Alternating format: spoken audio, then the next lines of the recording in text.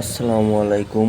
আজকের ভিডিওতে আমি আপনাদের দেখাবো কীভাবে খুব সহজেই আপনি নিজের এনবিআর এর মধ্যে হার্ড ডিস্ক লাগাতে পারবেন। নতুন যারা সিসিটিভি সেট আপ করেছেন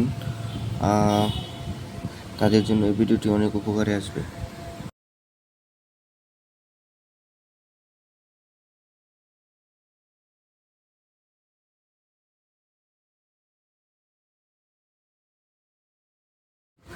প্রথমত আমি এনবিআরটা আনবক্স করে নিলাম, তারপরে এনবিআরের যে প্যাকেটগুলো আছে এগুলো সবগুলো সরিয়ে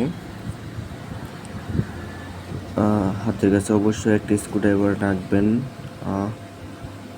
এনবিআর এর পিছনে যেহেতু এটা এনবিআর এবং এটা 2 শাটার 32 চ্যানেলের একটা এনবিআর, তো আমি স্ক্রুড্রাইভার দিয়ে আস্তে আস্তে এনবিআরটা স্ক্রুগুলি সরিয়ে এনবিআরটা খুলে নেব প্রথমত।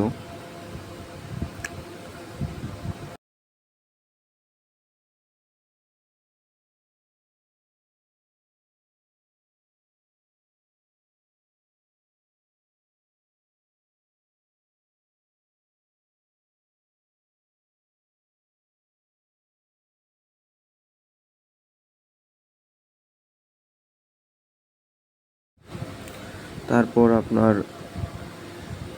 ওটা খোলা হয়ে গেলে রাজা করবেন, আগে থেকে হার্ড ডিস্কটা সংগ্রহ করে রাখবেন হাতের কাছে। তারপরে খেয়াল রাখবেন যাতে অবশ্যই এনবিআর হার্ড ডিস্ক লাগানোর আগে আপনার পাওয়ার কানেকশন অফ আছে কিনা সেটাও খেয়াল রাখতে হবে। এটা যেহেতু নতুন এনবিআর তাই আমি পাওয়ার কানেকশন করি নাই, পাওয়ার কানেকশন ছাড়াই আনবক্সিং করার পরে হার্ড ডিস্ক লাগাইছি। এবং অবশ্যই নতুন এনবিআরের সাথে আপনার SATA কেবল এবং পাওয়ার কেবল দুটো ঠিক আছে কিনা সেটা অবশ্যই আমাদের এনবিআর সাথে যে একটা বক্স থাকে ওটার চেক করে নিব। এবং সেখান থেকে এই দুইটা SATA কেবল, যেহেতু 2 হার্ড ডিস্কের এখানে 2 হার্ড ডিস্ক লাগানো যাবে এনবিআরটাতে, সেক্ষেত্রে দুইটা SATA কেবল এবং একটা পাওয়ার কেবল যাতে 1:2 অ্যাডজাস্ট করা থাকবে। এবং এনবিআরের সাথে যা যা লাগে তা আমরা ওই বক্সে পেয়ে যাব। হার্ড ডিস্কটা আমি কালেক্ট করে নিলাম। এটা 2 টেরাবাইটের একটা হার্ড ডিস্ক, ডাব্লিউডির সার্ভেলেন্স হার্ড ডিস্ক। অবশ্যই আমাদের হার্ড ডিস্ক লাগালে খেয়াল রাখতে হবে এই হার্ড ডিস্কটা অবশ্যই সার্ভেলেন্স কিনা।